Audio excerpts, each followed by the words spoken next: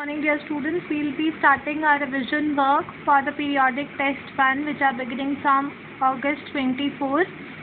In this revision we will do the comprehension passage from chapter Rip Van Winkle. Read the passage and answer the questions that followed. This is the passage from your chapter Rip Van Winkle. Many years ago at the foothills of the Catskill Mountains was a little village. In the village lived a simple, good-natured fellow named Rip Van Winkle.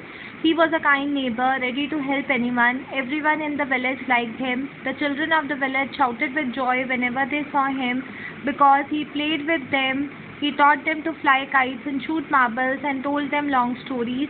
The only problem with Rip was that he was very lazy. He did no work on his own farm and just idled away his time. His fences were falling to pieces. His cow was going astray. Weeds grew on his farm. Rip's constant companion was his dog named Wolf. To avoid work, he would walk away into the forest with his dog. So, where was the little village situated? You have to write the little village was situated at the foothills of the Catskill Mountains. The answer you'll get from the passage only, beta. आपको line choose करनी है. At the foothills of the Catskill Mountains was a little village. ठीक है. Similarly, second question: Who lived in the village? Rip Van Winkle lived in the village. Why did the children of the village like Rip? Because he played with them, he taught them to fly kites and shoot marbles and told them long stories. Okay, what was the only problem with Rip? The only problem with Rip was that he was very lazy. Okay, who was Rip's constant companion? Rip's constant companion was his dog named Wolf. To avoid work, what would he do? To avoid work, he would walk away into the forest with his dog. Okay, find another word from the passage which means partner. बेटा partner यहाँ पे जो word है वो companion है. Right past form of grow. Past form of grow is Guru.